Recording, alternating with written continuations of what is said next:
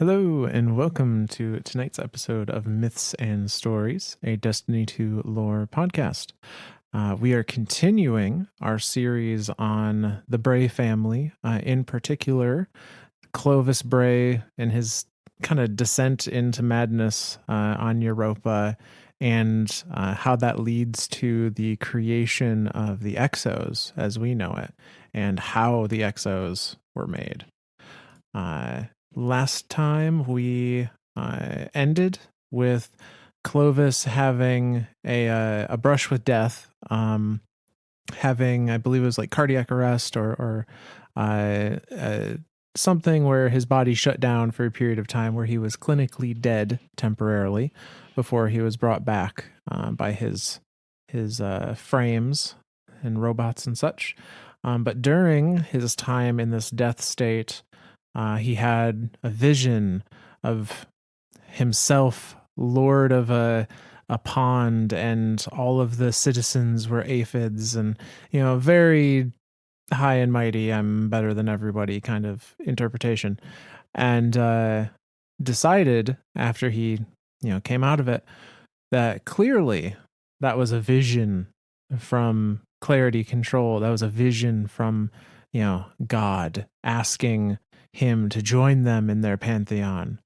And so he was going to continue with, even extra fervor now, his development of a Vex Gate, which he was doing under direction of the voice he referred to as Clarity Control. And just to be clear, they aren't from God. They're all of his visions and dreams. They're just psychotic states of mind after dying. So yeah, Pretty sure that one is for sure. Yeah. The first one, maybe from Clarity, maybe from the Witness, maybe a little bit of both. This one's definitely all his own making. Yes. But Clovis is, in ailing health, as the now multiple deaths, is indicative of. Yeah, I was going to say, like, he's having to like reharvest organs and do full blood transfusions and stuff. Yeah, he's got donor pigs on standby for various different organ transplants. That might be even creepier than these visions, man. Hey, I've got Wilmer over here. He's got new kidneys for me this week. Yeah. I don't like it. It freaks me out, man. He is bound and determined to keep himself alive until, he has some route to immortality.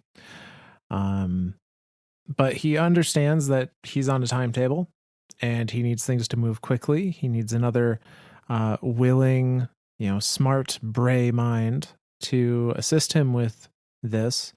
And he thinks about reaching out to a number of family members. We read a couple unsent messages last time, and decides ultimately to reach out to Elsie, kind of because he has something over her. He knows that she also, like her father, has the Clovis curse, which Clovis Bray the First is responsible for, and kind of uses the threat of what that disease will do to her in time as a means of getting her here in hopes of finding a cure, as well as help him with what he's trying to do.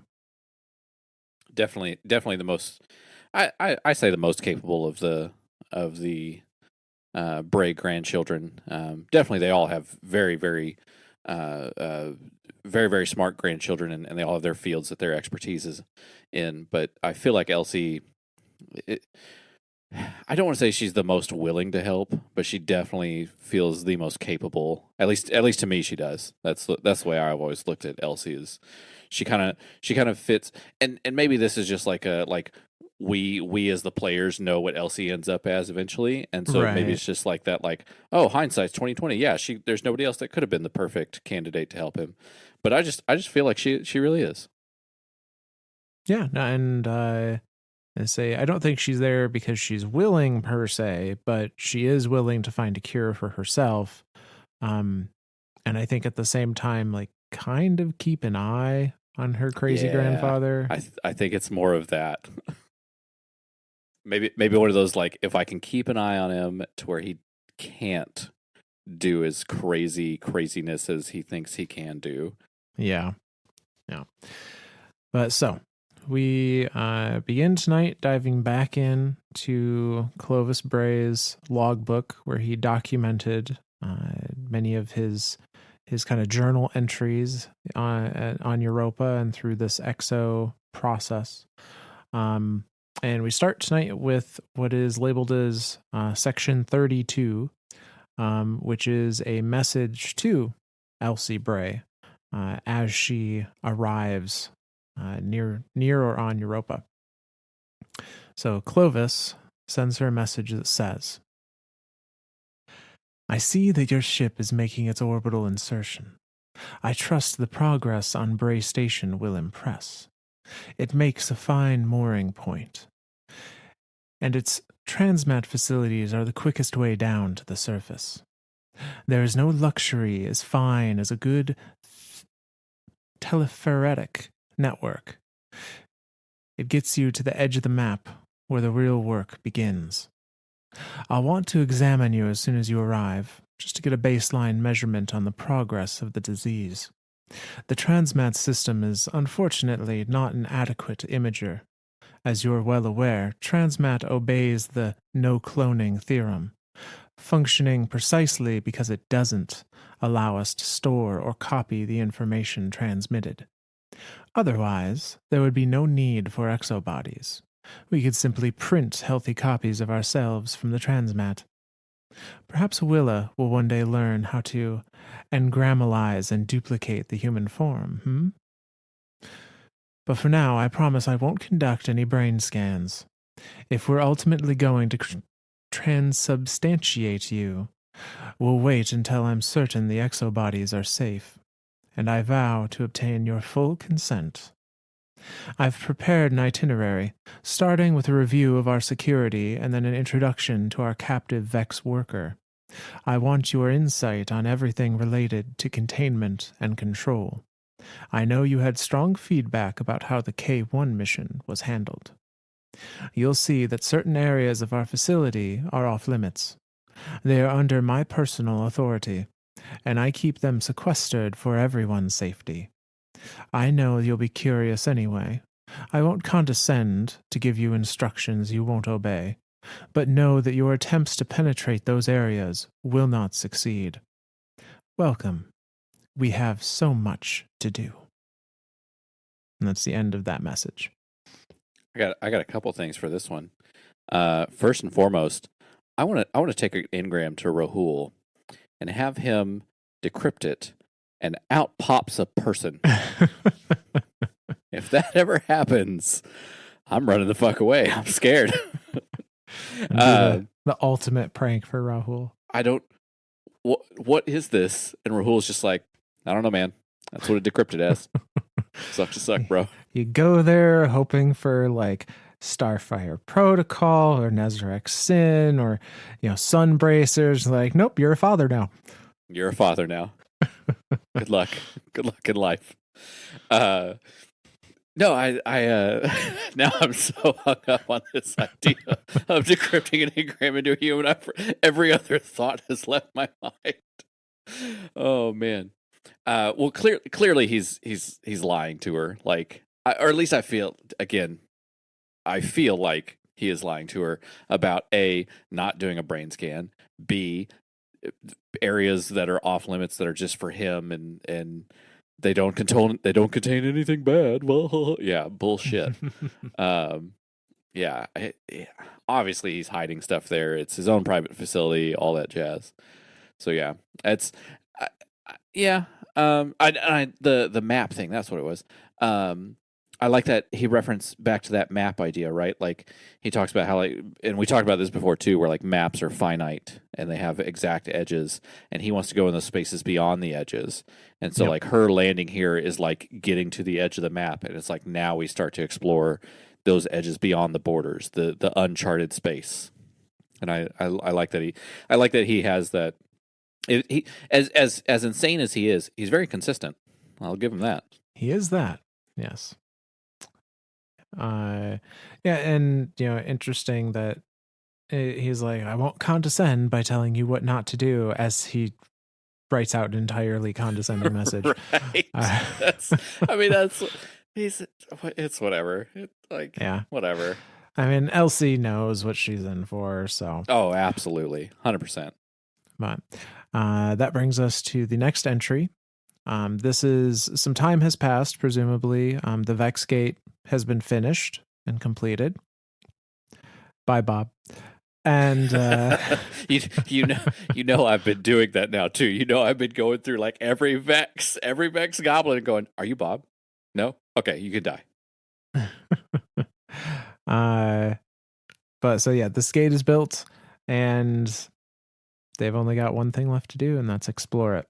So section 33, entry 7, Clovis says this. We passed through the gate, myself and my team. Elizabeth insisted on coming. I could hardly call her all this way and then refuse her. But what lay beyond? And then there's a printout. Gateway analysis. A non-gravitating, purely geometric, traversable wormhole of the Ellis configuration. There is no singularity and no firewall. The wormhole manifold provides a pathway to another 4-point in our spacetime, or in a nearby parallel universe in the quantum many-worlds ensemble. So I'm going to pause there for a second, because I was going to say that's a mouthful. They've built the gateway, this Vex Gate. It is a wormhole, though it does not follow the rules of a traditional wormhole. Instead, it provides a pathway to either another 4-point. I assume by 4-point they mean, like the 4 dimensions. Yeah. Like almost like star coordinates type thing. Yeah. So another 4-point in our space-time, or a nearby parallel universe in the quantum many worlds ensemble. So I like that it didn't rule out a parallel universe. Like that right. To me was like the really neat part of that. So it's essentially saying like somewhere else in the universe, or it's the same spot in our universe, just in the one that's a step to the right or a step to the left, or whatever. And that's I don't know that anyone has observed a Vex Gate at this point in the timeline, like this, at least, that's gotten up close. I was going to say not in the human history up to this point, because I mean, unless if Ishtar was doing something with them because there'd be gate lords to block them out. Yeah, I don't think anyone would have. So they stepped through. We passed into a gallery of awesome light. It struck us to our knees. The probe imagery did not prepare us. A curtain of blue-violet fire filled an entire half of the sky, pebbled with granules, seething with promontories and flares. We stood beneath a blue hypergiant, titan of suns, looming over all. It should have killed my human-bodied companions instantly. With peak radiance in the far ultraviolet, it would have cooked flesh. But the probe said it was, impossibly, safe for life. We fanned out into ancient stone ruins pierced by dull metal towers and flickering lines of light. Though the rock was cracked and pitted by radiation, our geologists identified it at once. Felsic granite, they had reported. No iron, no heavy metals at all. A lot more sodium, oxygen, boron, and aluminum than I'd expected. And a lot less silicone. This rock, the geologist said, is almost 13 billion years old. It formed with the very first generation of planets, less than 1 billion years after the universe itself was born. We were standing on a dissected piece of one of the first worlds. That's not possible, the astronomer had protested. That's a Type 0 hypergiant up there. They're lucky to live 2 million years, and its metallicity is 15 sigma above average. That's not an old star. I opened my arms to the light. The gate had taken us to a miracle. This star was big enough to fill the solar system from the sun to the orbit of Neptune, bright enough to shine like the full moon, even from the distance of Alpha Centauri. Yet here I was, unblinded. Something had tampered with this star. Our physical identified a lensing effect. Our physicist identified a lensing effect, magnifying the star's optical size and redshifting its radiation. It was as if the whole behemoth was wrapped in some kind of skin. But that was only the beginning. So we're going to pause there again, because this is a long one. I love the description of this place. Like, when I first read this, I always thought of this as like, is this the Vex homeworld? Is this where Vex originated from? Like, but like the idea of this place, like just the idea of this place existing, the size of this sun that is there, this thing is massive. I mean, the fact that it could clearly, like, Alpha Centauri, correct me if I'm wrong, is the closest star to our solar system. I think that's the case, yeah. I think that's right. I keep getting that and Vega mixed up, but I think Alpha Centauri is the closest. So the fact that it could be that far out and still clearly be seen by us here on Earth is like that. That's a huge distance to cross. And then it's like a physical anomaly. Like, it shouldn't exist. The place where they're standing is so old, and this sun is so new somehow, but it's still like the old, like everything about this place is an impossibility. Like, there's no iron, there's no what were some of the other metals he called out? I know iron was the key one. Oh, there's no silicone. Like some of these base materials that are present pretty much everywhere are just not there, and it's such a anomaly and impossibility. Like, the gravity of the sun should have killed them, right? Like, that's mind blowing. So many things. The heat of it, the gravity of it, the solar winds alone. Yeah. They've got kind of scoured in the margins on this page that the stellar wind from this star is 2,000 kilometers per second. That's in travel like speed. That should shear something. Like, yeah, vaporize is the only word I have. Like, that's like atomic bomb explosion, overpressure vaporization. Like, that's everything here is an impossibility. Which almost makes me think more and more that it's a parallel universe. But, it's a Vex built it, so right. Who knows? Who fucking knows? But regardless, they have stepped through this portal into a land of impossibility. Things that should not be happening. This star, for its age, should have died off.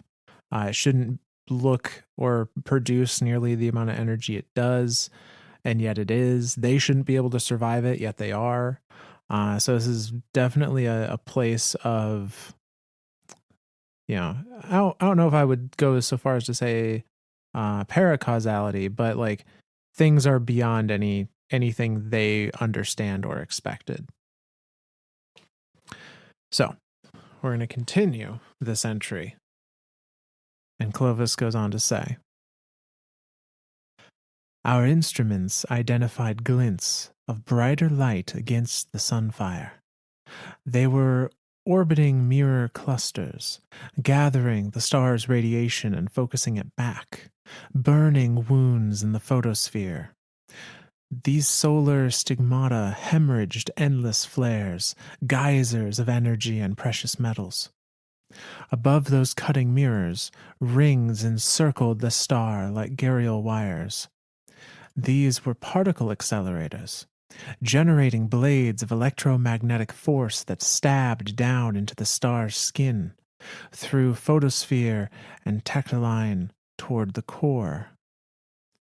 They're stirring it, I realized, to pull metals out of the core and send fresh hydrogen down to fuse.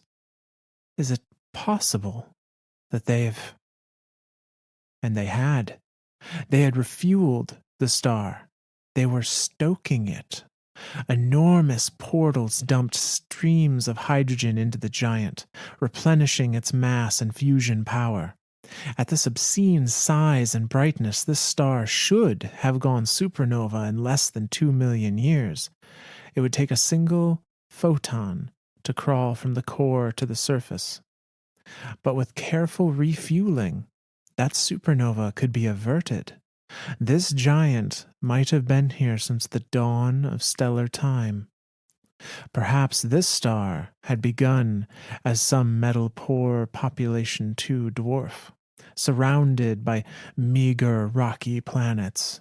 But the inhabitants of one of those planets had found a way to pump their sun full of hydrogen, supercharging it, pushing it to the edge of stability, all in the name of making metal. In the early universe, elements heavier than helium were unthinkably rare. So these firstborn aliens built a forge, a fusion smelter for the atoms they needed. And we're going to pause there. So, and again, correct me if I'm wrong. The sun is nuclear fission or nuclear fusion? Fusion. Fusion. Combination of combining two hydrogens to release energy. Okay. So yeah, so that's exactly what's happening here. They are literally refueling a nuclear reactor is the like base the basic principle here. But like the idea of that, I fucking love it. I love any type of like sci-fi thing that could be like this is like borderline explainable and like, hey, that might be doable. We just need particle accelerators that are strong enough to launch hydrogen through the outer layers of the sun to get it to the center, and then it'll live forever. Like that's the idea behind it is freaking amazing. Like I love this idea, but what the hell, man? Like who thinks that, and it had to have been like that way. At least in this instance, it had to have been that way for billions of years that they've been refueling this thing. Right. That to me is what's truly mind blowing. Like, what ancient technology, what ancient civilization thought this shit up? That was like, hey, our sun's dying. How do we fix it? Well, and I don't know that is exactly what fueled this this project to keep it going, because he describes it as it's a smelter. He describes it as the purpose of the contraptions that have been built around this star are to make metal in a early universe where metal didn't really exist yet. Because as you go down the periodic table, like that's more and more protons and electrons that have to be added, and neutrons to keep the equation balanced to each element to make it the next higher element on the table. And so like what they were describing here, like anything outside of hydrogen, which is number 2, helium's number 1, hydrogen's number 2, or am I reversed them? Hydrogen's number 1. There we go. Basis form is hydrogen. So like anything past like helium would have been like, this is an impossibility. So yeah, the fact that they built these forges to fuel and I'm curious as like what came first. Like, did they build these forges or accelerators or whatever to make the heavier elements, or did they do it to refuel the sun, and the element thing was a byproduct, or was refueling the sun a byproduct? Like that's. I love this place. I absolutely love this impossible place. Yeah, I have a sneaking suspicion based on who most likely built this, that metal was probably the intended goal. But Could have been the other way around. So, he continues. We turned outwards, hoping to locate pulsars in the sky and thereby fix our position. But the stars were blotted out by a swarm of bronze disks. They were statites, a shell of artificial worlds, hovering on the star's radiation. Years ago, I had proposed tearing apart Mercury to form a shell like this, and here I found my ambition achieved 1,000-fold. It seemed our gate had delivered us upon one of these statites. We ventured out of the ruins onto an island of living glass, broken by fissures of deep green light and reservoirs of white fluid. Around the glass, a shallow sea trembled with tiny intersecting waves. In one direction, a cloud of mist obscured a shattered tower, its form uncannily different from the surrounding architecture. Above us loomed structures linked by bolts of lightning reminiscent of the citadel ruins on Venus. And that was when, in spite of the awesome power on display, I felt crushing disappointment. There was no trace of Clarity's influence anywhere. If this was a Vex construct, then it was an ancient and formidable one. But in a few minutes I had already grasped its overall purpose. It was no longer an area of crisis and potential, somewhere off the edge of the map. Just mighty clockwork instead. I had come hoping for a meeting with the unknowable. Instead, I had found an engineering museum. Oh, we could explore it for thousands of years and not touch a single % of its wonder, but Clarity had promised me a solution to immortality. I had promised Elizabeth a cure. I needed a way to use Clarity as a solvent and seed for my exobodies. How would I find it here? Perhaps the Vex themselves were the key. I knew that the Ishtar Collective had achieved stable simulations of human minds. They refused to share their method with me. What if they had stolen the method from the Vex they studied? I called over one of my scientists, an M. Sundaresh. I want to bring back samples, I told her. There will be some risk. The Vex are not always docile. Some at Solcessant even suggested we were in a state of war with the Vex, though I felt their responses were more like the stings of drowsy hornets. Is your team ready to accept that risk? I had asked. She nodded at my proxy. Of course, Mr. Bray. We've come this far, no sense going home unless we bring something with us. I dispatched teams to secure Vex samples. When they began to harvest fluid from the nearby reservoir, a group of lightly armed Vex platforms attacked them with inaccurate weapon fire. Elizabeth replied with a matter laser, a grotesquely disproportionate weapon. A coherent matter pulse bears the same relation to an ordinary bullet that a gamma laser does to a flashlight. There was nothing left to salvage. I explained to her that we must proceed as investigators, not conquerors. If we simply scavenge and abduct out of curiosity, the Vex will reply in kind, and that is a risk we can manage. We must not provoke them to war. And that is finally the end of that section. So I think I've got 3 things here out of this portion of it that I want to touch on. One, Clovis to me, at least at this point in time, I think of him as like a child rooting around in a Lego bucket, looking for that one piece that he's so convinced it's right there, but he can never find it. Like it's like the final piece he needs to like build his castle, and for whatever reason he keeps digging in this Lego bucket and he just can't find it. But it's also like somebody is like telling him it's in there, or he's imagining someone's telling him it's in there, and he's like, oh, I've got to find it, got to find it, got to find it. But I do like his level of disappointment here of like, it's almost like we've gone from one map to another map. We're still not going past the borders of the map again. Like he's still using that analogy. And then the second one is M. Sundaresh. Who is M. Sun 12? Yeah, that's at least it's my understanding. This is Maya Sundaresh of Ishtar Collective. The telling at this moment, Clovis believes this is Maya Sundaresh.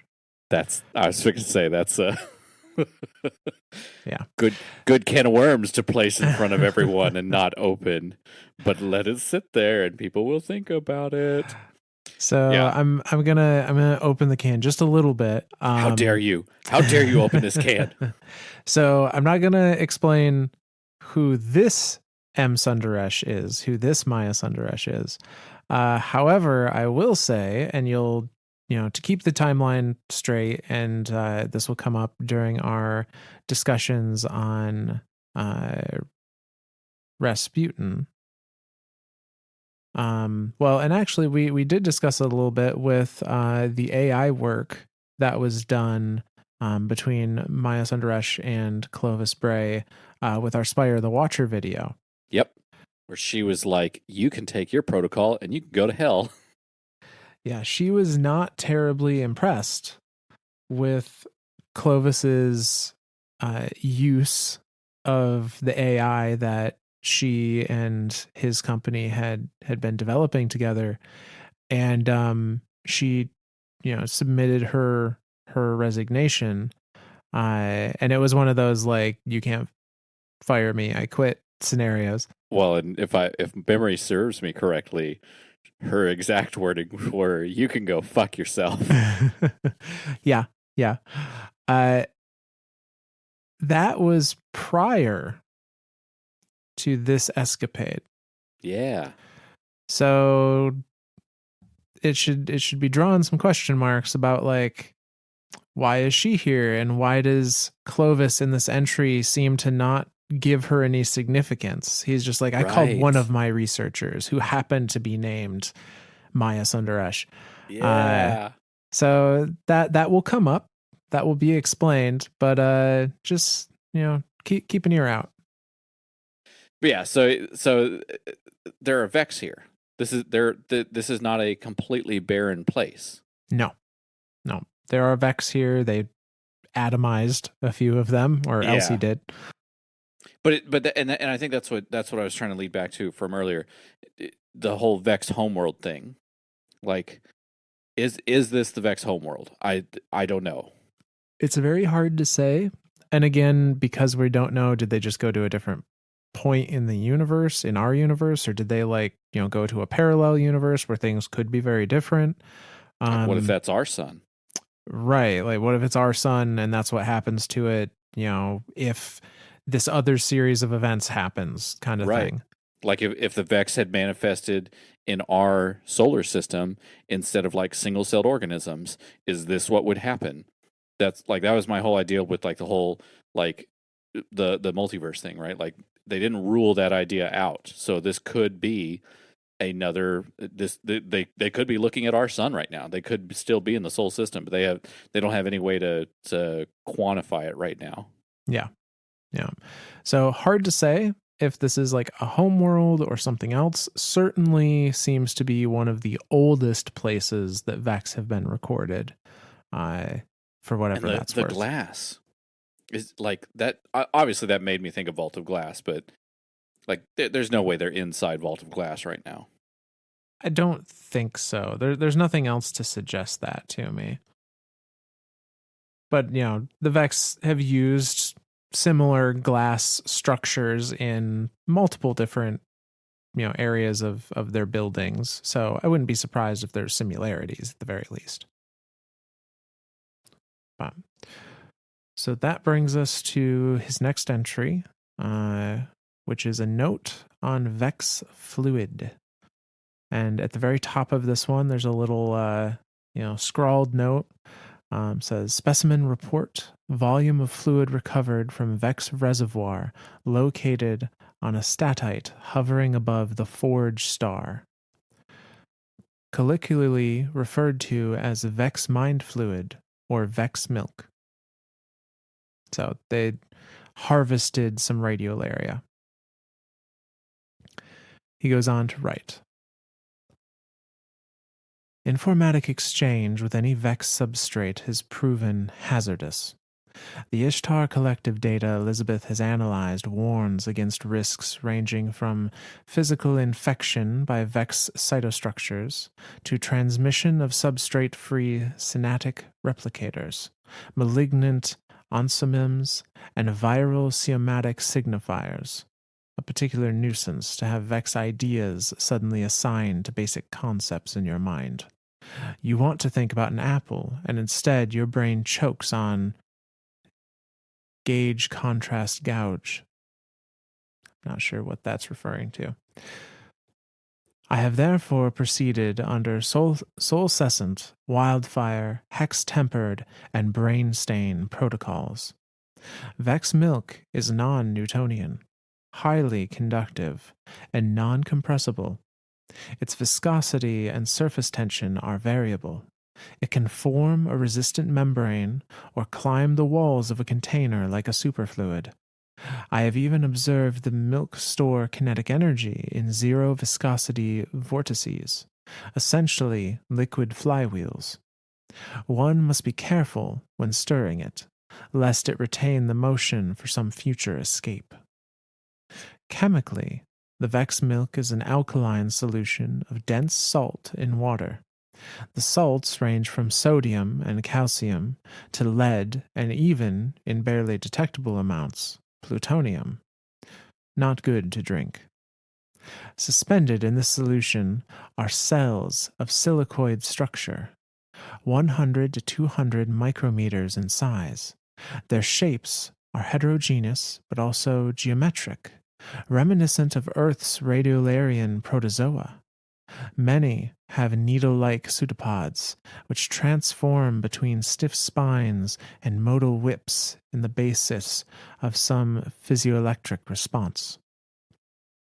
Imaging of internal structure detects a nucleus and a genetic molecule analogous to DNA, though I speculate read-write times are much faster, on the order of milliseconds, perhaps exploiting some quantum effect. I've allowed Dr. Sundaresh to assist me with this work. She has discovered several levels of abstract higher order to the motion of these radiolarian cells. Some of these ensembles are distributed across space, some across time. All admit remarkable beauty. The sensitivity and chaos of fluid media seems to suggest an intrinsic Vex suitability for certain difficult computations. Perhaps this is reflected in the nature of Vex thought, porous and miscible. I would request a telenomic analysis. And that's where that entry ends. So this entire entry is the description of what we see when we go to Nessus and we see the giant lake of radiolaria. That's what all Vex milk is what this entire entry is describing. But the two things that I want to take away from this, one, don't drink it. It will turn you into a Vex. That's what he describes at the beginning. Yep. Or it will invade your thoughts and make you think Vex things. And that was what I was going to touch on there too. That what was it, like gouge, corrupt, something. I think that's like a series of tasks that, like, you want to think of an apple, but the Vex doesn't care what an apple is. So it just thinks of how to turn it into more Vex stuff. And that's the process that it can think of to do. And so when you see apple and you want to think of apple, the Vex doesn't care about apples. So the Vex thinks, how do I make this more Vex? Because that's the primary thing about Vex is they're not inherently evil. They're not inherently good. they just have one primary function, and that's exist. So anything that threatens that existence now becomes like like the previous entry where he's like, we don't want to start a war with these things, and the fact that they were kind of passive towards the explorers, and that like they were shooting at them, but they weren't like really shooting at them. They were like Star Wars shooting at them, right? Like we can't hit anything with this. Yeah, that's. But yeah, like if they don't see something as a threat, they don't care. It's not threatening their existence, and so they just kind of like ignore it. And that's what I think is that one little entry of like, you want to think of an apple, but then instead you think corrupt, gouge, detect, delete. It's just like it's just a series of code that you as the human don't know how to interpret it, but the Vex that you just drank does know how to interpret it. Yep. So that's what I think of that as. And we already know that ingesting Vex milk will turn you into a robot. I mean, we can't anymore. I was gonna say look at Asher Mir.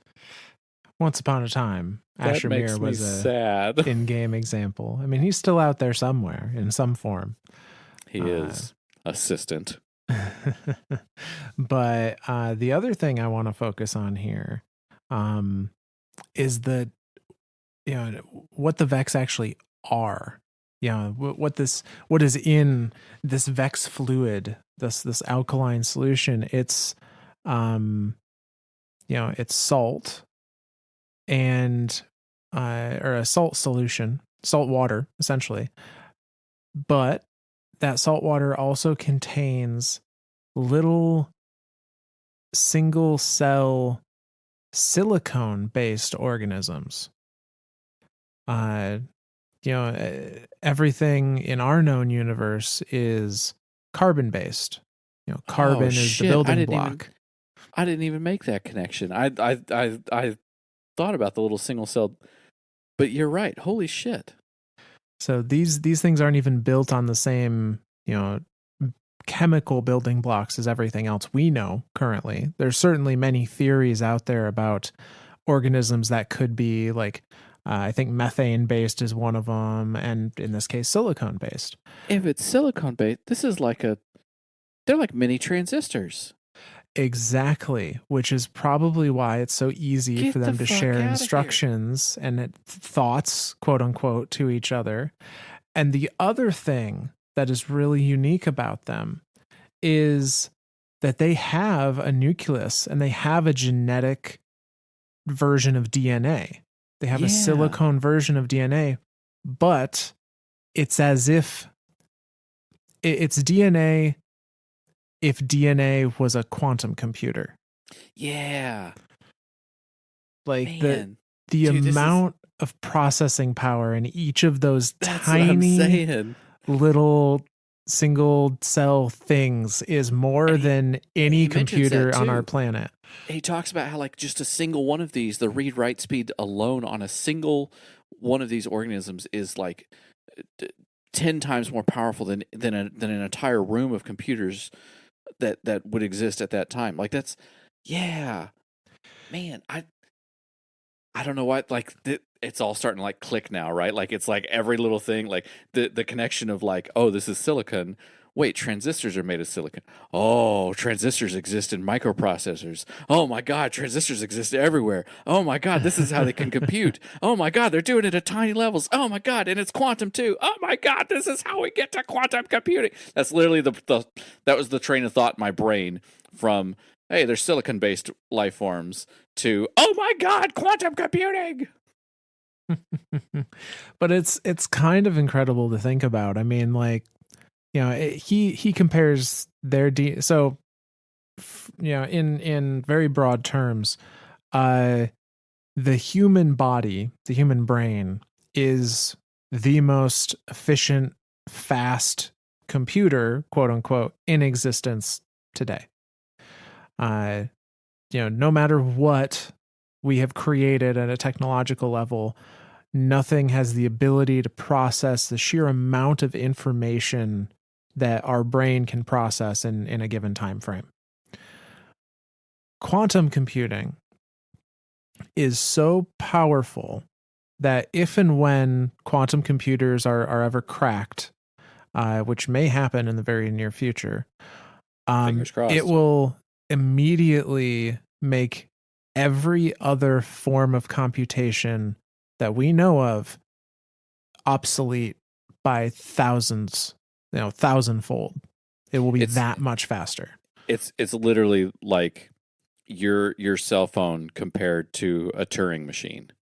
Yeah. Like that's the level of difference in computing power we're talking about a between a cell phone and a quantum computer. Like those are the leaps that it goes. Like your phone is thousands, billions times more computable than a Turing machine, whereas a quantum computer is billions times more calculable than your cell phone.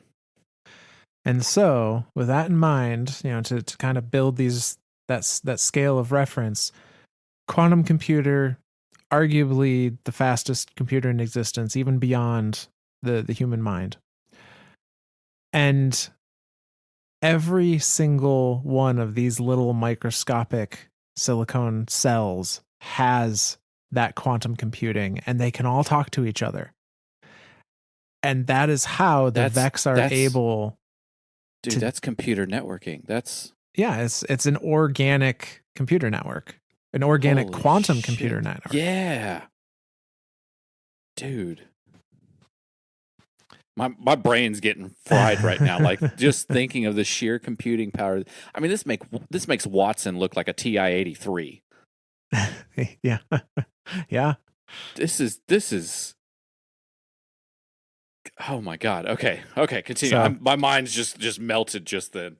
Yeah, needless to say, this is why Vex are so terribly impressive with everything they can do as far as simulation and prediction and all of that, and also terribly scary for the same reasons. Yeah. Because the only reason they can't outthink us, the Guardian, is because they can't predict us. They can't predict something that has, that does not have cause and effect. Guardians make their own fate. Damn straight. But Clovis continues in relation to this Vex fluid. He says, I would request a telenomic analysis from an AI COM resource of the Vex fluid if I did not expect the tyrant to get its grubby Russian paws on my data. I hesitate to apply anthropomorphic concepts of intelligence or self-awareness or even sentience to such an alien cognition. But I strongly suspect that each radiolarian element is in communication with its neighbors, and possibly even retains a holographic record of the larger structure. If so, we could safely assign the trait called Schrödinger thalience to the Vex milk, the ability to communicate internal states to others and to model the external state of the world. I note that the Vex milk, while computationally powerful, seems to avoid semiosis. That is, it prefers to mimic the actual dynamics of phenomena rather than assigning a symbol. This fundamental difference between Vex cognition and our own.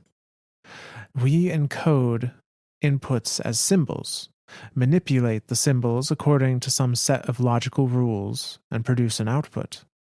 The Vex are more direct.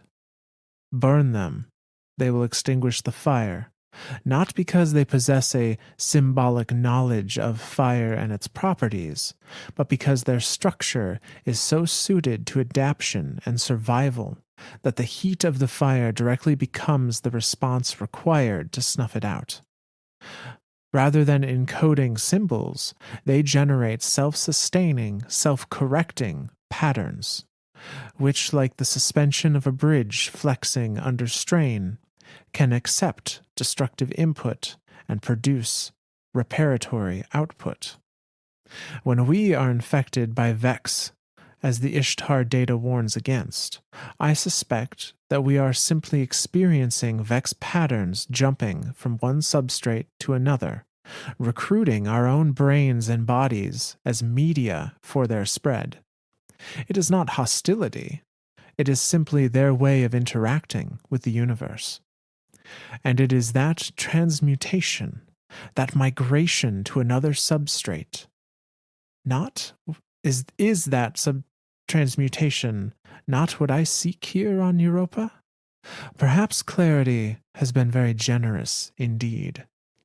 The Ishtar researchers felt that this asymbolic mode of thought raised a disturbing possibility. The Vex might not communicate or interact with us by understanding our language, but instead by creating internal copies of our mind. They would prod and stimulate those internal copies to see how they behaved, and if they choose to destroy us, they learned how to do it by torturing and destroying those internalities. To be the enemy of the Vex is to be reproduced, experimented upon, and annihilated, all within their mindscape. And that ends there. I love this. Like this is literally explaining like why they're not necessarily why, well maybe why, but like the Vex's whole point of existing is to exist. That is it. And so everything it does is to just further existence. And so anything it sees as like a foreign entity or something like that, something that isn't Vex, it just looks at ways to use that thing, not necessarily against itself, but to use that thing to further existence as Vex. Like the whole fire thing. Like it doesn't put it out because it hates fire. It puts it out because it's not Vex and it needs to become Vex. So therefore it's not allowed to be a fire. Like that's and this is happening on like a quantum level. Like this is God, I'm brain has been melted here. Yeah, it's a lot. And I know this is an Exo series, and I promise it is an Exo series. No, this is now a Vex series. We're giving up on the Exos. No, but we will find that the two are so linked to one another that you can't talk about one without the other. And that's the crazy thing too, is like we know so little about the Vex, as far as like a species, right? Like we've done histories on this channel, of the history of the Hive, the history of the Cabal, the history of the Awoken, the Elixni. It's hard to do a history of the Vex because they're so unknown. Like this is the most, I want to say like this little section here is the most we know about the Vex. Oh, definitely. Like especially from a scientific or anatomical point of view, Yeah. like this is the most anyone has researched them and printed out that research in a way that we the players have access to it. So, with all of this in mind, not everyone is terribly thrilled about dealing with the Vex as this great gift from Clarity. And so in the next entry here, this is section 39. Clovis goes on to say, Elizabeth is momentally disturbed by this, which is highly inconvenient. Despite my efforts to soothe her with fine dining and conversation, she has begun to question the very idea of cybernetic immortality. Aren't the Vex a perfect demonstration of what could go wrong, she demands. Human minds trapped in a total inhuman context, tormented and mutilated by an unsympathetic alien god. If we want to preserve our minds for eternity, couldn't we end up that way? Aren't we giving up the grace of death, the promise that all suffering will end? She continues to argue. Elizabeth, I counter, perhaps too sharply. The Vex are already doing this to our minds. They will do it whether we are weak in our weak flesh or durable metal. If they got into our bodies, into our blood, we would be far safer in an exo body. In fact, I can think of no finer way to resist Vex infiltration. Dr. Sundaresh requests further expeditions to the Forge Star for material. She does not trust the other members of her team, claiming suspicion of Vex exposure, and prefers to work directly with me. Very well, but I wonder what peculiar internal motives she harbors. I reformatted my assistant. No sense taking risks. Who knows what might get into my head through that proxy link. And that's the end of that one. Yeah, I mean, it's Vex, man. What little they do know about it, it's fucky. So yeah, like it's For some Vex reason. Yeah, yeah. Oh my god. Yeah, that's super true right now. For some Vex reason, M. Sundaresh doesn't seem to ring a bell or yeah, no. But and I think that's another thing to point out too is like it's to me it's super suspicious that like she doesn't trust anyone on the team and she only wants to work directly with Clovis. Right. We're talking about somebody who's told Clovis to go fuck himself and resigned, and now she just only wants to work with him. Like that shouldn't raise any red flags at all. It's fine. Despite Elsie's reservations, Clovis, of course, continues with his experimentation with the radiolarian fluid because, this is what clarity led him to. Clearly, he should try it. Sure. I guess was the thought process.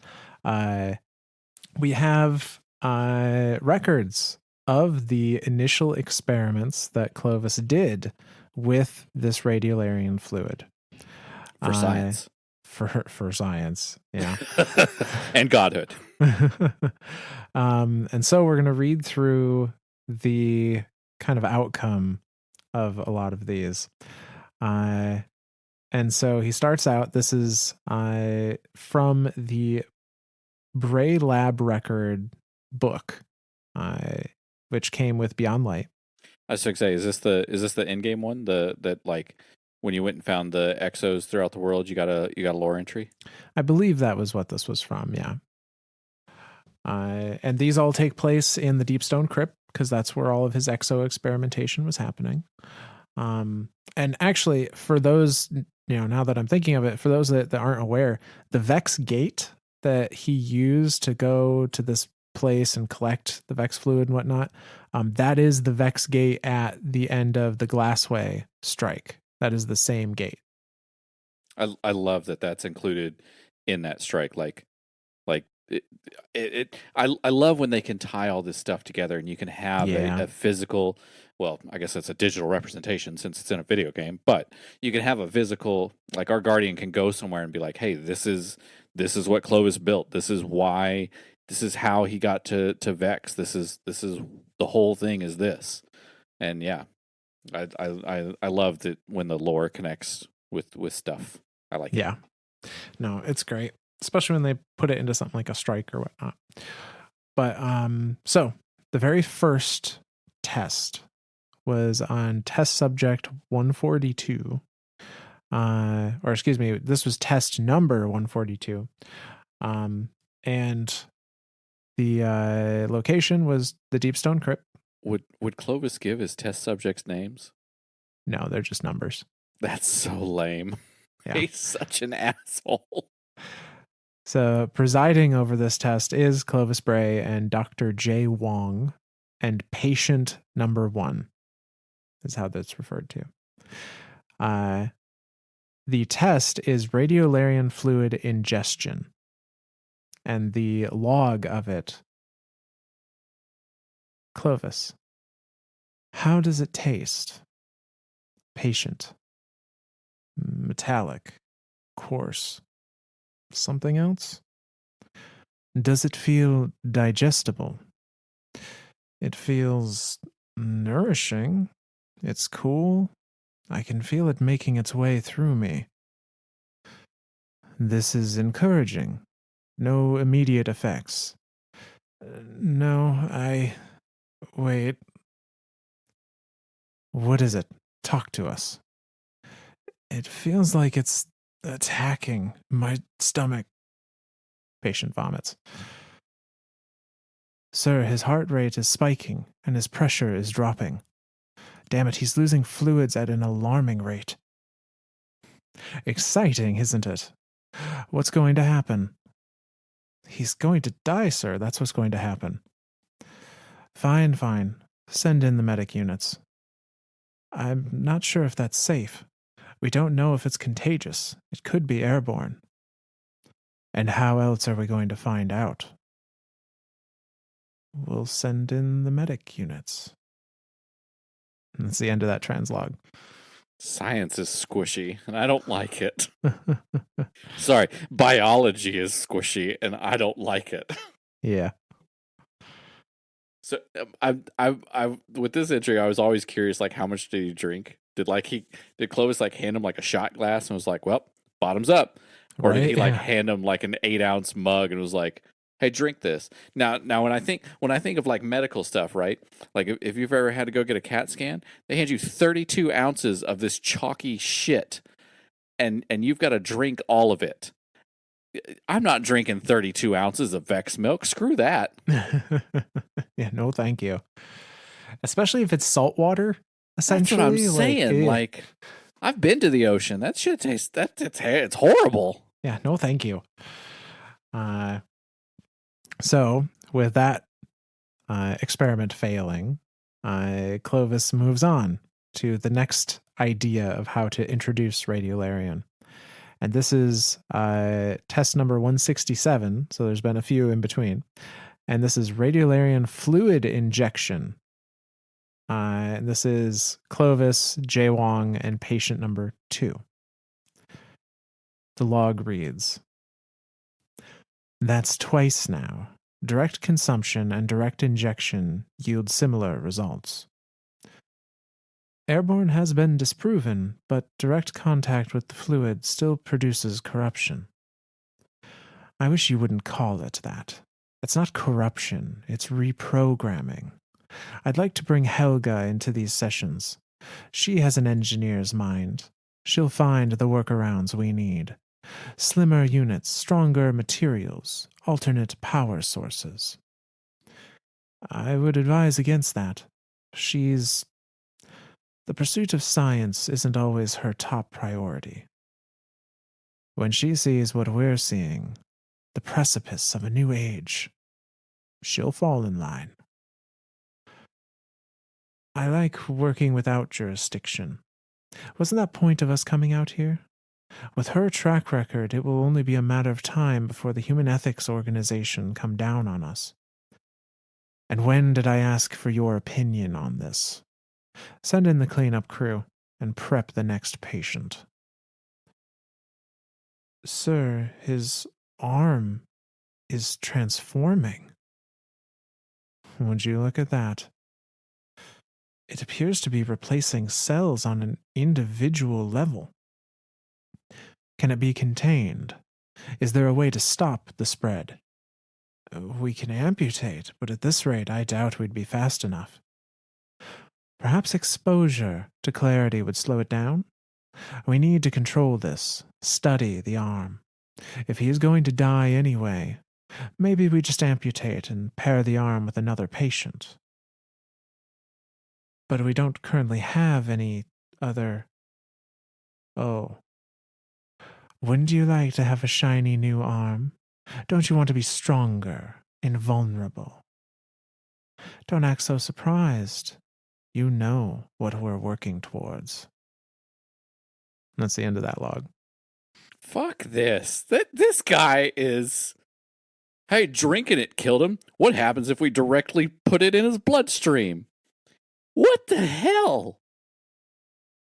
And then to be like, oh, if it's going to kill him anyway, we'll just chop it off and attach it to you, assistant. What the hell? Yeah. Jesus. This is... Holy shit. He's a crazy SOB. Yeah. But Helga, She's the one from the Foundries, from the oh god, the Black Black Armory. Armory. Yep. Yeah, I'm assuming, at least in my head canon, like introducing her into this like level of experimentation and like showing off these different results is what drives her to quit and go join the Black Armory. Like Very possible. Yeah. that to me just seems like that's because it's Helga, it's Rasmussen, right? Or not Rasmussen. Rasmussen.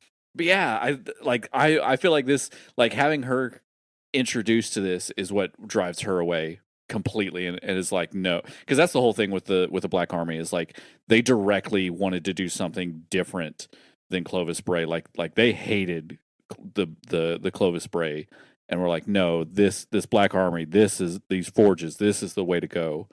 And so that's why they brought Helga to them. Like that's yeah.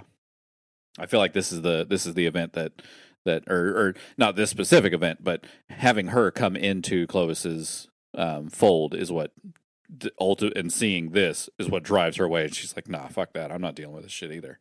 Yeah. So Clovis, of course, is not done. He's continuing to do experiments. In this case, he's not doing it with the Vex fluid. He's doing it with the Vex gate. This is test number 259, titled Transtemporal Crossing. And the log reads as this. Send them through. Participants step forward through the portal. Maintain your grasp on the tether, count to 10, and step back out. Final bet, Clovis. Do you think they'll be older or younger? Older. But if they come back younger, I'm going in next. I think we should get more through clinical trials before you subject yourself, sir. Here we go. They're through. Countdown. 10, 9, 8, 7, 6, 5, 4, 3, 2, 1. Pulling tether. Where are they? The tether appears to be stuck. Pull harder. It looks like it may snap under this tension. Maybe they like what they found? Or something is holding them there. It's giving. Here they come. Oh, disgusting. You smell that? It's permeating through the glass. What are we looking at? It looks to be complete cellular deterioration. They're just goop, for lack of a better term. Well, I guess I won't be going in yet after all. Seems like there are still some things man is not meant to conquer. If you believe that, you're in the wrong place, Justin. Just needs a little fine-tuning. And that's the end of that one. Nope. Nope. Nope. Nope. Nope. Nope. Nope. Nope. This squishy bits is this is why I would never be a doctor, a nurse, any of that. Can't do squishy bits. I can do hardware all day long, but yeah, can't do squishy bits. So like complete. So now here's a question: did it just like steal did the fusion machines in on the other side just steal all the metal out of their bodies? Hard to say. We don't really know where the portal they stepped through goes. Like, is it the same portal that Clovis did go through earlier? Is it something different? We don't really know. That's just freaky. It's completely freaky. Yeah. It disassembled them at a genetic level. Nope, nope, nope, nope, nope. So, the next test is 312, titled Exo Arm Attachment. And this one is not with Justin Wong. It is with Helga Rasmussen and Clovis Bray and Patient 32. So this log starts with Helga. How about the index finger? Nope. Extremities remain unresponsive. Are there any sensations at all? Phantom ones. I have an itch I'd like to scratch. My chest feels heavy, like someone's sitting on it. While nerve endings are attached to the mechanism successfully, we are not generating action potentials. This isn't working, Helga. Still, progress, you'll have to settle for that. I typically don't settle for anything. Hello? I'm struggling to breathe. He's experiencing massive myocardial infraction. Send in the medic units. I fear my earlier hypothesis was correct. The human body in its current evolution cannot sustain the physical exertion of a machine part. Then we should evolve. Oh, okay. Let me just jump ahead 100 million years real quick. We've had some interesting advancements in the past transcriptional modification. Gene splicing with primates, fish, and some birds. What if we built stronger humans? Could they withstand this process? I am an engineer, not a geneticist. I don't know if your ape man can wield a metal arm. That's such a reductive and tasteless comprehension of what I'm proposing. He's flatlined. We've lost him. Well, you know what they say. If at first you don't succeed. And that's the end of that log. It's not an ape man, it's a fish bird hybrid man thingy. I just the idea of like, hey, gene splicing. What if a person but with a fish fin and wings? Fuck it. That'll work, right? Right, yeah. I can't no more squishy bits, not for me. Nope. So the next one, he's trying to figure out how to provide more power to an exo frame. So in this test, he is attempting to use nuclear power to power an exo. So this log is actually on the Morningstar platform, not on Europa itself. And it's Clovis Bray and a D. Chambers are the two people mentioned. So Chambers starts off this log. Sir, we're prepped and standing by for your order. And the reactor is stable. Stable and ready for installation in the exo body. If this works, generations will praise the work accomplished today. Sir, if you don't mind me saying, the team would have liked you to be here personally. Would have been a vote of confidence for them. May I remind you, it was at your insistence that we find an alternate power source to Clarity, even though it has already proven to be a success. Besides, if the reactor explodes with me present, it would be the single greatest loss our civilization could suffer, and would damn us all for eons to come. Now get on with it. Yes, sir. Install the core. Are you able to see well enough? I am watching with bated breath. Calculated distance of 3 millimeter, 2 millimeters, 1 millimeter. We're in. Lock the chassis. Switch on the alternator and reroute power supply. Nothing is happening. It would appear not. If nuclear power isn't a sufficient power source, perhaps there are other uses. It's not compatible at the very least. It is interesting to note that the chassis may be able to house other forms of power with similarly destructive potential. We have a walking bomb on our hands. And that's the end of that log. Because, that's not an ethical dilemma at all. No, of course not. Jesus Christ, Clovis. Oh my gosh.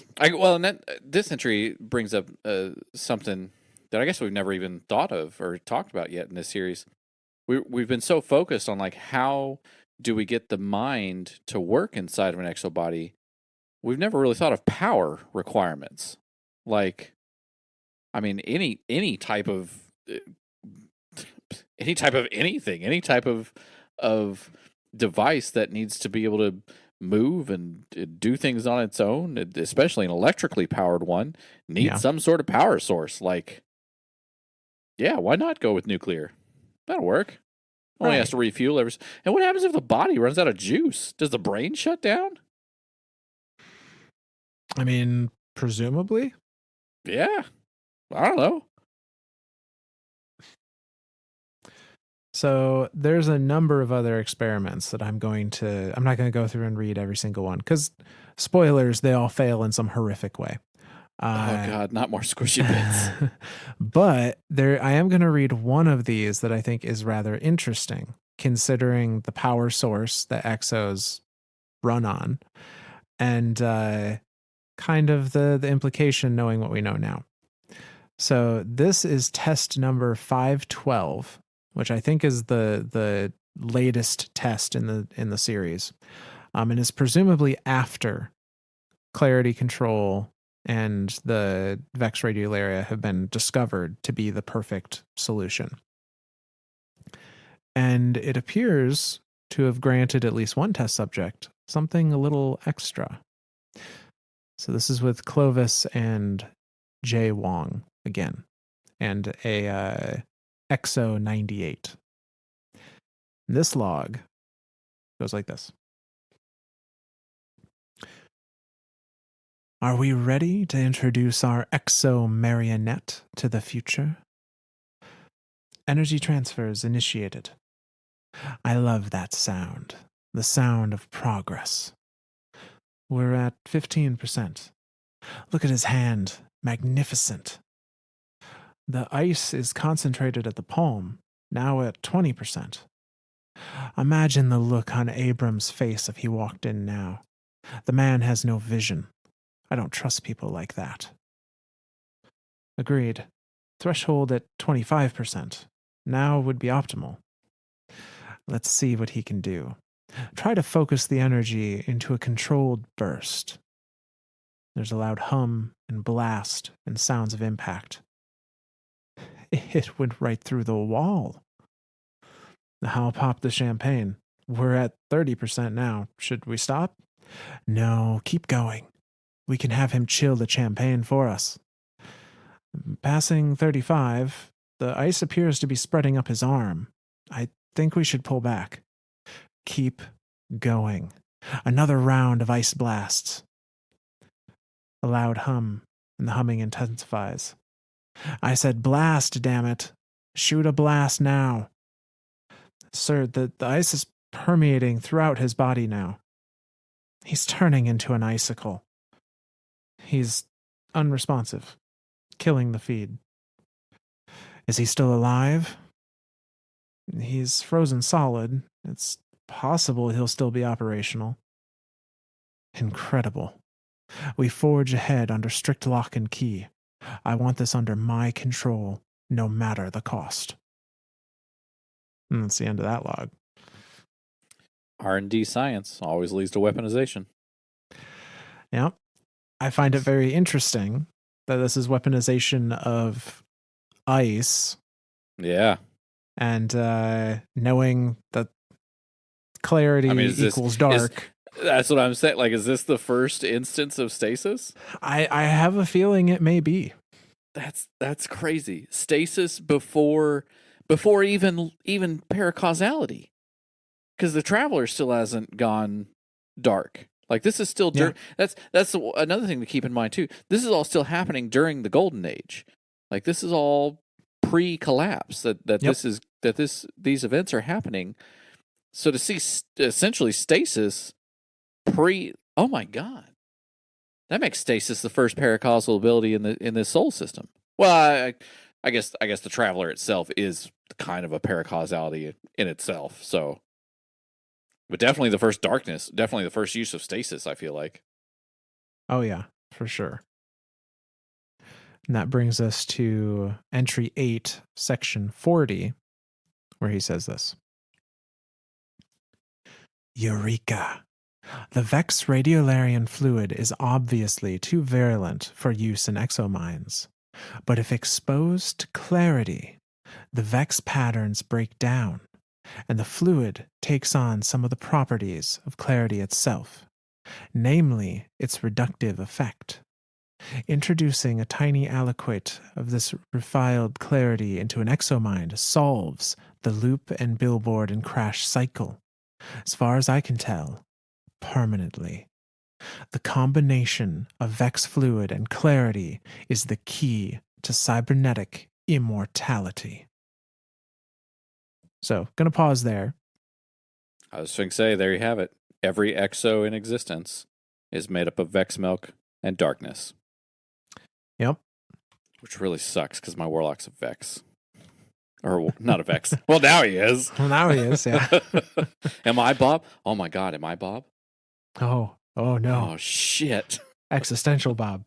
Oh God, why? Yeah, like, and we talked about that before too. Like, that's the whole equation. Like, clarity introduced to something turns that something into something totally different, and it can never go back to that original something. But yeah,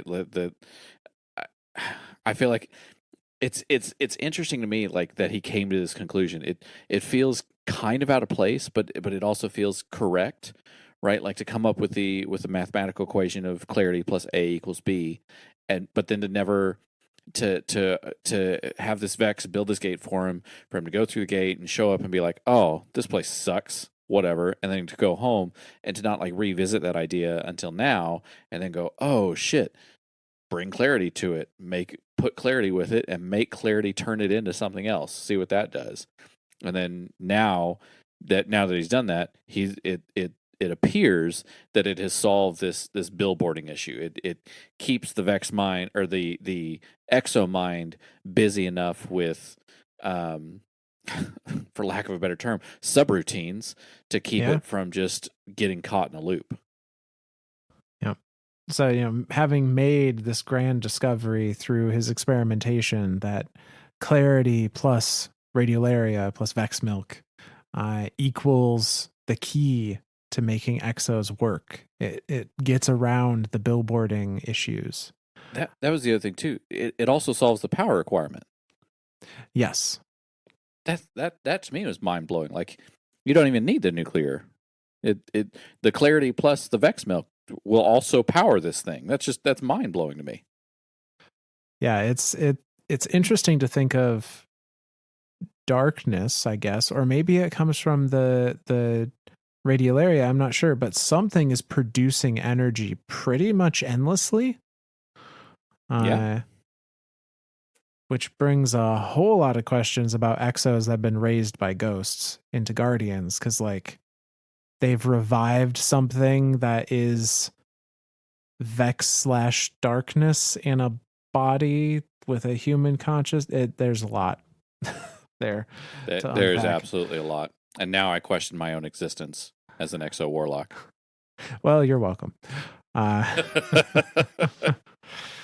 So, but he's made this great discovery of these two things together are what he needs. And he continues to, now that he's made this discovery, he has to prove it. He has to make sure that it's going to do what he thinks it will before he submits himself to it.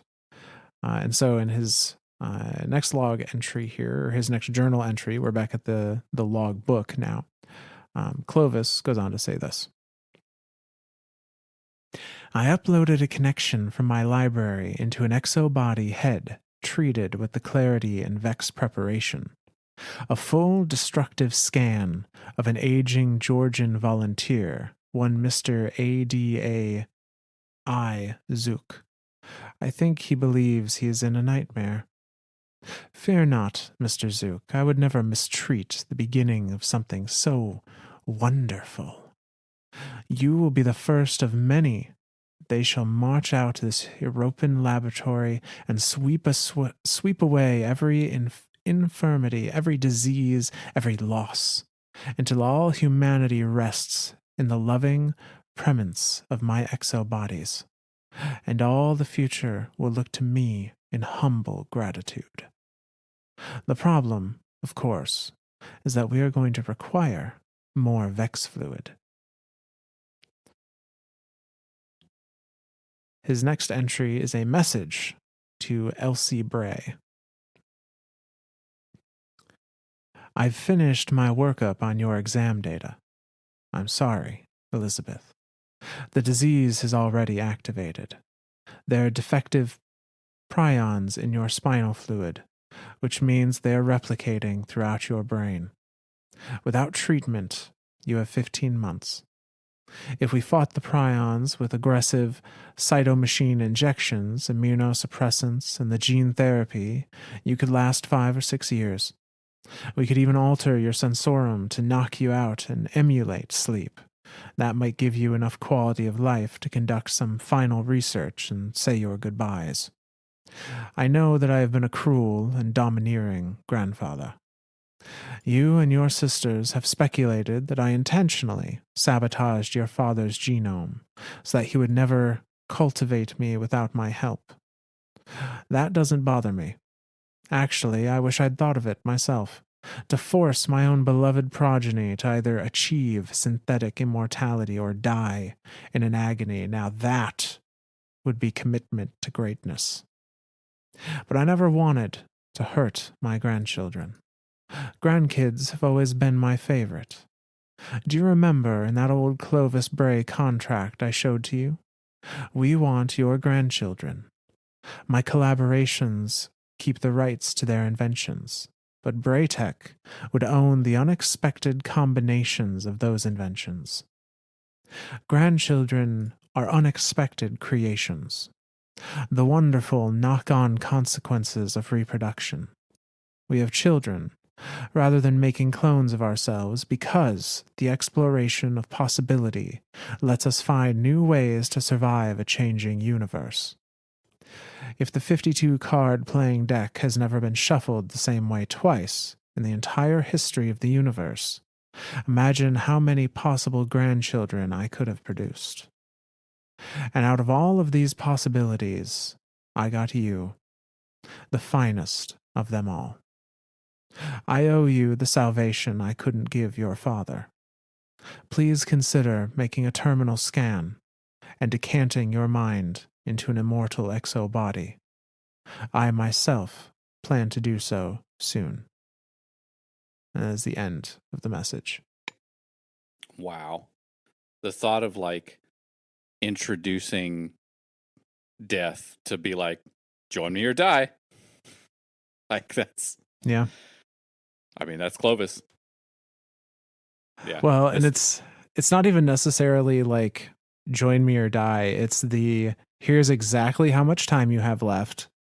Or you can do and let me emphasize, terminal brain scan to be uploaded into an exo. You can kill your organic body and be uploaded into an exo now to live in that exo body forever, hopefully. Or you have maybe 6 years to make peace. Mind-blowing. Mind-blowing the level of psychoticness that he has. Yeah.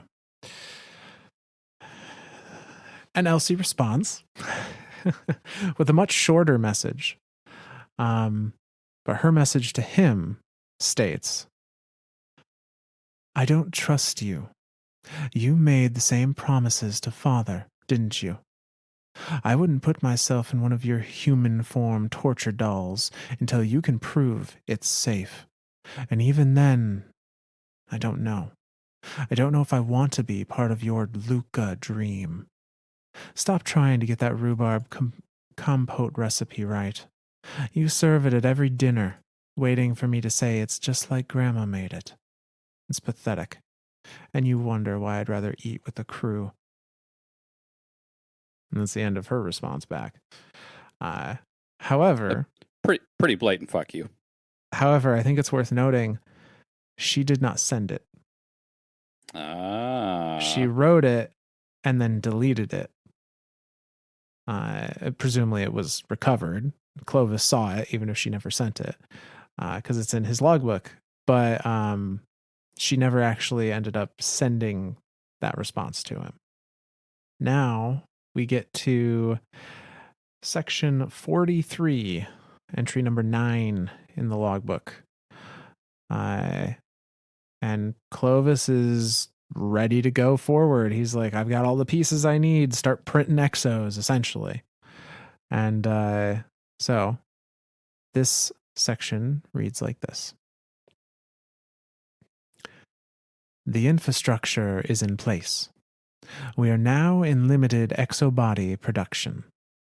I have allowed small VEX platforms to pass through the gate from 2082 Volantis, which is the name they've given that planet. Their mind fluid goes to clarity control, and the Alkahest flows back. The machine of immortality has begun its slow turn. In ancient days, they believed that the source of the Alkahest was the Philosopher's Stone. I have named my own source after that deepest, oldest stone, a place where the dead go to rise again, a deep stone crypt. Bray Station guarantees our security from above. The Europa Life Project provides deniability and cover. The infrastructure around Clarity Control will expose the Vex radiolaria fluid to Clarity and deliver it to the exobody manufacturing site. One of the exobodies are prepared. Once the exobodies are prepared, I will upload the minds from my research library. A century of volunteers waiting for reincarnation. The first generation is already coming online. But I will not be one of them. Not yet. And neither will Elizabeth. A true upload requires a maximum resolution subneural scan, and such a scan is invariably fatal. That means I will only get one shot. I will not take it until the exos are stable. I refuse to be an alpha tester of my own immortality. I am opening 2 new off-the-books labs to study the Vex and the effects of clarity. If humanity is going to fully transmigrate to these immortal bodies, then the eternal welfare of all future generations depends on spotting and avoiding any dangers now. I can justify taking extreme measures. One of my most tantalizing projects involves A. Miller, a young man who suffers from a nanoparticle-induced degenerative immune disorder.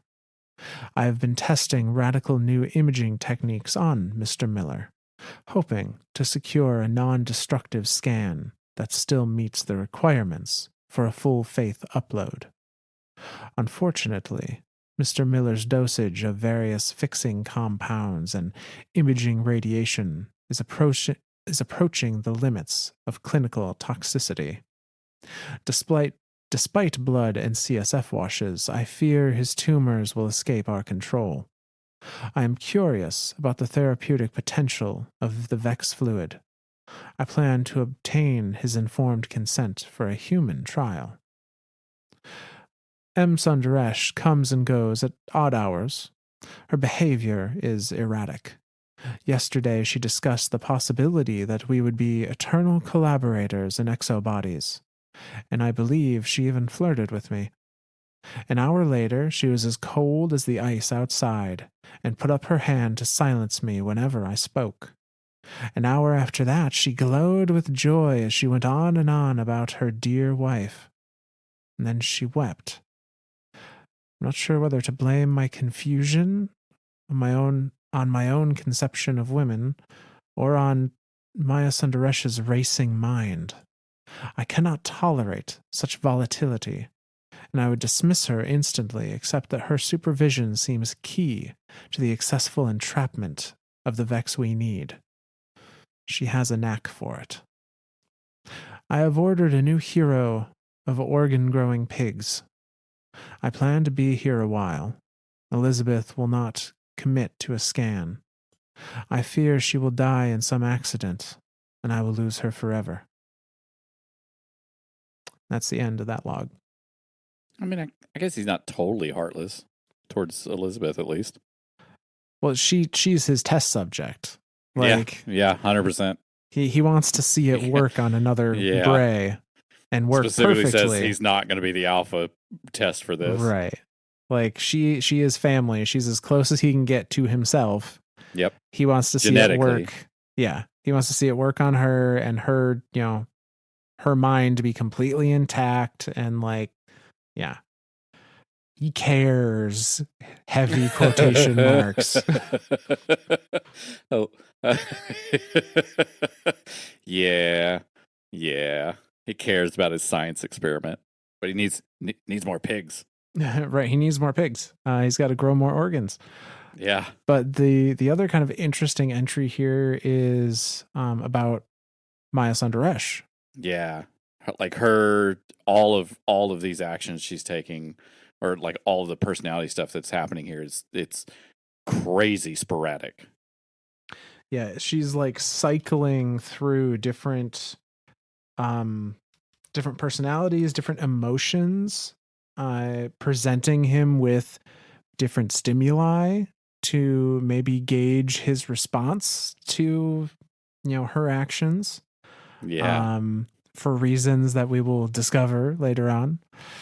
But I think as odd as it is, as odd as Clovis says it is, that she's like hopping around all the different, emotional responses.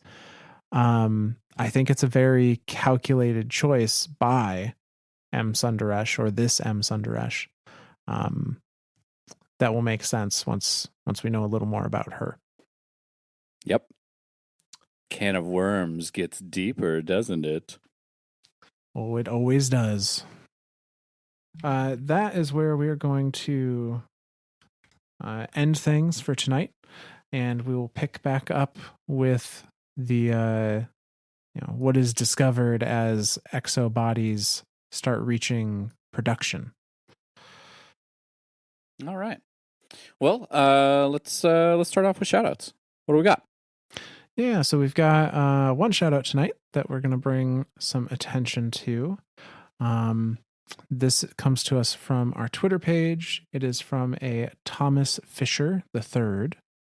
And they say, found you guys Monday and haven't been able to stop. You guys have gotten me through the work week, and I'm so excited to keep listening and learning. Myth goes so in depth with the lore and the theories and have my mind blowing while I'm at my desk. Keep it up, fellas.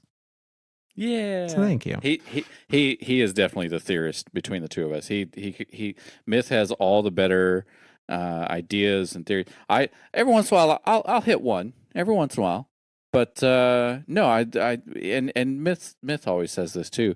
I like the dynamic between the two of us, that I can come up, I can think of one thing, and then he'll kind of bounce off of that and go take it further, and yeah. But yeah.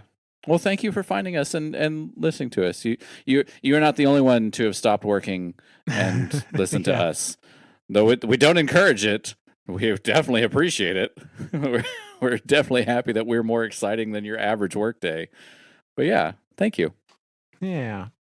So, let's say, for anyone wondering where they can reach us, as I said from this shout out, we do have a Twitter. It's at Myths and Stories with a Z instead of an S. For as long as Twitter continues to exist, who knows? It's getting worse, man. I know. Say you'll also find us on any of the major podcast platforms, where you can leave a review, and if you so choose, you can leave a text review. We do read those.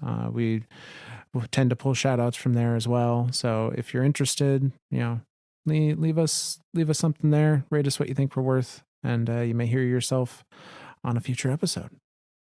Yeah. Well, I guess I got to give thank yous. Let's see. Who should I thank? I don't know. I keep wanting to thank Bob, but Bob's probably not the one to thank. He probably not. Clearly sent us somewhere wrong. Maybe Helga?